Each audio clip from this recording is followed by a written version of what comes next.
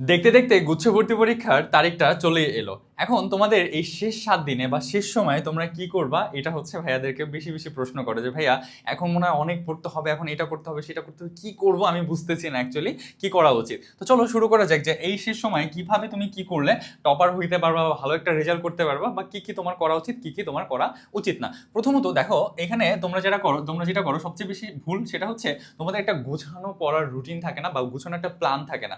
একটা প্ল্যান কিন্তু আমরা তোমাদেরকে অলরেডি করে দিয়েছি, তাই না? একটা রিভিশন প্ল্যান করে দিয়েছি। ওইরকম একটা রিভিশন প্ল্যান কিন্তু তোমার অবশ্যই থাকা লাগবে। সো প্রথম যে জিনিসটা সেটা হচ্ছে তোমার একটা রিভিশন প্ল্যান থাকা। তো ওই রিভিশন প্ল্যান অনুযায়ী তুমি হচ্ছে এতদিন পর্যন্ত যদি আগায় থাকো, তাহলে সেই রিভিশন প্ল্যান ধরেই আগাও, বা 7 দিনের একটা রিভিশন প্ল্যান তুমি সুন্দরভাবে তৈরি করে তোমার টেবিলের সামনে রেখে ওই অনুযায়ী তুমি তোমার পড়াশোনা করবে।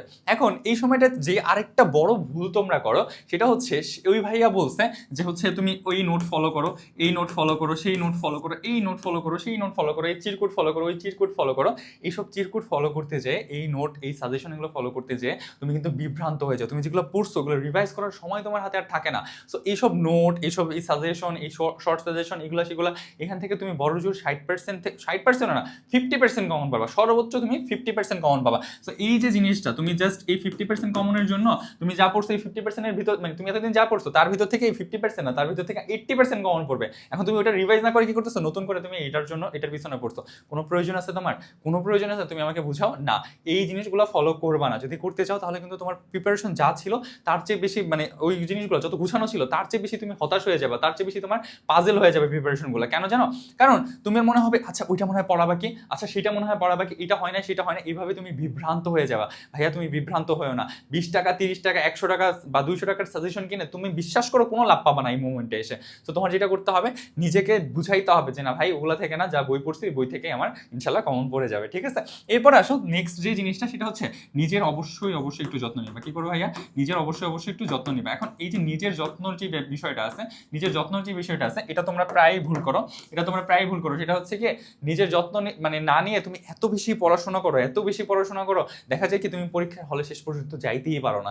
এমনও হয় পরীক্ষার হল পর্যন্ত যাওয়া যায় না। ইভেন তো এমনও হয়েছে, আমরা স্টুডেন্টকে দেখছি পরীক্ষার হলে যায় মাথা টাথা ঘুরায় পড়ে গেছে। পরীক্ষার হলে যাওয়ার আগ পর্যন্ত ওর অবস্থা পুরো খারাপ। তোমার যদি বডি কন্ডিশন ভালো না থাকে, ব্রেন থেকে তুমি প্রপার একটা আউটকাম পাবা? বলো তুমি আমাকে ভাইয়া, বলো তুমি আমাকে আপু, পাবা? কখনোই তো পাবা না, তাই না? সো তোমার যেটা করতে হবে, নিজের একটু কেয়ার নিতে হবে, একটু খাওয়া দাওয়া ভালোভাবে করবা, একটু রেস্ট করবা। এই মোমেন্টে আরেকটা জিনিস, সবচেয়ে বেশি যে জিনিসটা জরুরি, সেটা হচ্ছে নিজের বাবা মার থেকে কি বলছি, বাবা মার থেকে অবশ্যই বাবা আর হচ্ছে মা, এই দুইজনের কাছ থেকে তুমি অবশ্যই দোয়া নিবা, বেশি বেশি করে দোয়া নিবা।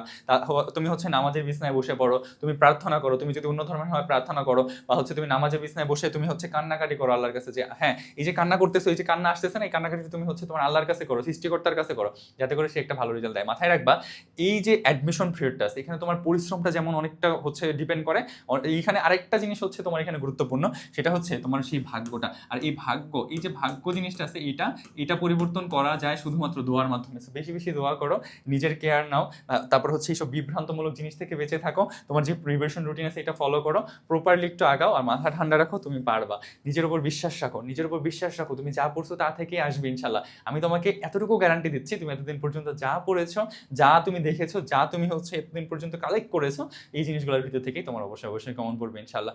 So best of luck. দেখা হবে বিজয়ে, দেখা হবে তোমার পরীক্ষার দিন, অথবা দেখা হবে যেদিন তোমার রেজাল্ট দিবে সেদিন ইনশাল্লাহ। আজকে এই পর্যন্তই। ধন্যবাদ। আসসালামু আলাইকুম।